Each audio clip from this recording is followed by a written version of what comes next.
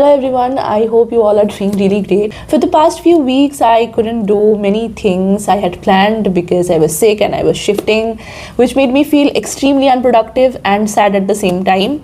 However, I was able to finish this book, When Breath Becomes Air by Paul Kalanithi, and honestly speaking, now my heart is filled with a range of emotions, happiness, sorrow, tenderness, and at the same time, a deep sense of gratitude and love. And I mean, why not?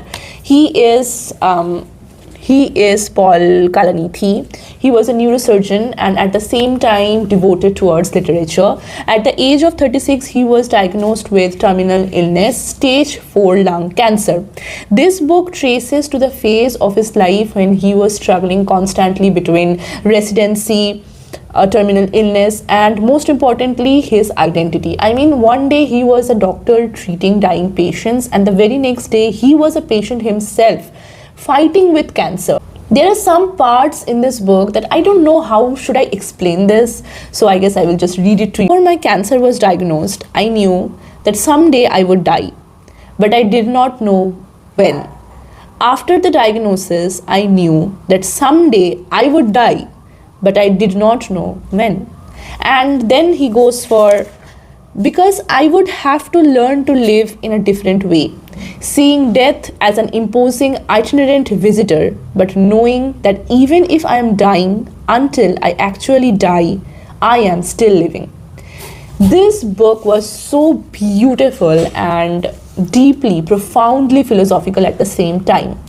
What happens when the future seems blurred? What makes life worth living in the face of dying? Paul died in 2025 when his daughter was just 8 months old, and he dedicated his book to his daughter and ended his writing with a beautiful note to his daughter. And in the end, When Breath Becomes Air is not just a memoir about illness or death. I think it's a quiet meditation on what life actually means. To have a purpose in life, to have love in life, dignity in life, even when the time is uncertain. At the time when I was feeling disheartened and unproductive, this book left me humbled and grateful for all the things that I have.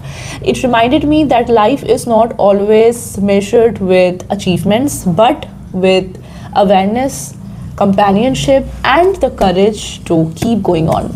It's a must read because it's that good.